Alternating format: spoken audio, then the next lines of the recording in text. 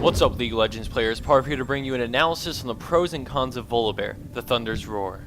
Some of his core strengths include his incredible ability to initiate with Rolling Thunder, his passive heal, and the sustained AoE damage from his ultimate that can turn the tides of any fight. Volibear's ability to initiate is similar to Singe's Fling. In this clip, we see Volibear take the role of an off-tank as he rushes in with Rolling Thunder pop, targeting the enemy AP carry and flinging her over his shoulders into his team. Popping his ultimate, he grabs a kill off Morgana before all can stun, and then a movement ult's going to go up, and he's going to switch to the armored up Renekton, but with his ultimate up, he does a nice amount of AoE damage that is easily noticeable against his 24 magic resist. He grabs that double kill off Renekton and switches onto the enemy Volibear, executing him with Frenzy for the triple. And now he's going to swap over to Soraka as he slows her with red, and she's going to run into the brush, but he manages to bring her low enough to finish her off with Frenzy as well for the quadra kill. Now he's going to spot Shyvana, making a break for it, and he's going to use Rolling Thunder to grant himself massive movement speed and catch her with the fling for the pentakill and ace.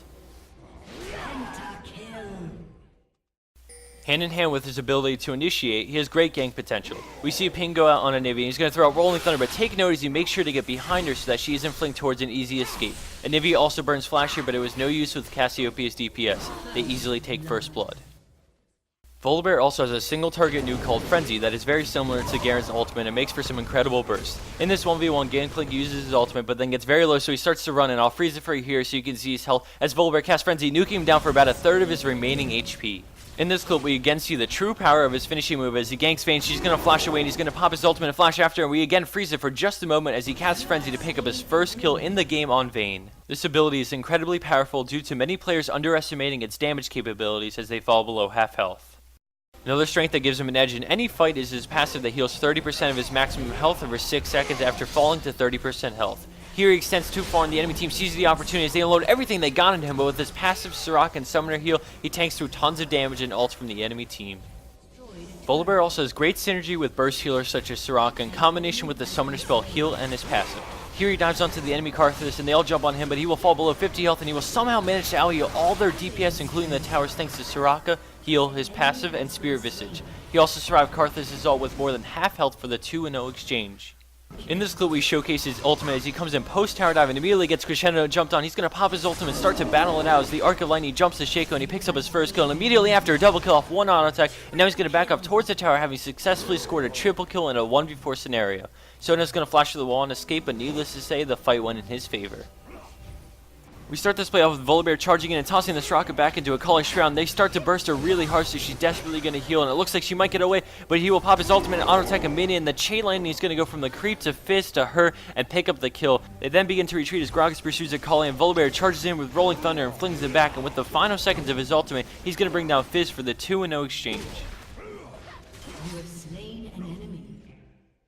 For our last strength, we showcase his very tanky and disruptive nature due to W's scaling off health and his natural tendency to build beef. In this clip, he charges in with Flash and activates his ultimate as the enemy team switches him, and he's going to tank the wall and pick up a kill on the enemy Volibear. And he's going to turn to use Frenzy to steal Baron, and he's going to end up killing Talon as well as his team finally shows up. Although he does go down, his team comes in and wipes out the rest of them, and with a 200 global golden ace, no one's complaining. And now for some weaknesses I've noticed while playing him. Any healing reduction abilities counter his passive, he has no reliable escape, and most teams simply burst through his passive when he reaches low enough health to trigger Chosen of the Storm. We start things off with healing reduction abilities such as Grievous Wounds from Fizz's W. In this clip he charges in on the Argonaut, falls low very quickly, but due to the 50% healing reduction, he's unable to be saved by Karma's shield, heal, and his passive. In this clip we now spotlight another major downfall to Volibear, focus fire from the enemy team. Right into the heart of the battle he gets snared, and we stop for just a moment to see that his insanely strong self-heal over time is activated, but it is useless because they burst him down really quickly before he can receive any benefit from it at all.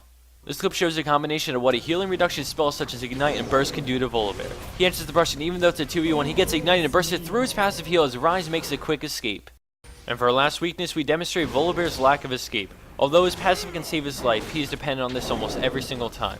His Q only affects his run speed towards a target, and hence it is no good while running away. His slowdown is the only thing that can help him, but when most champions have gap closers, it is extremely ineffective.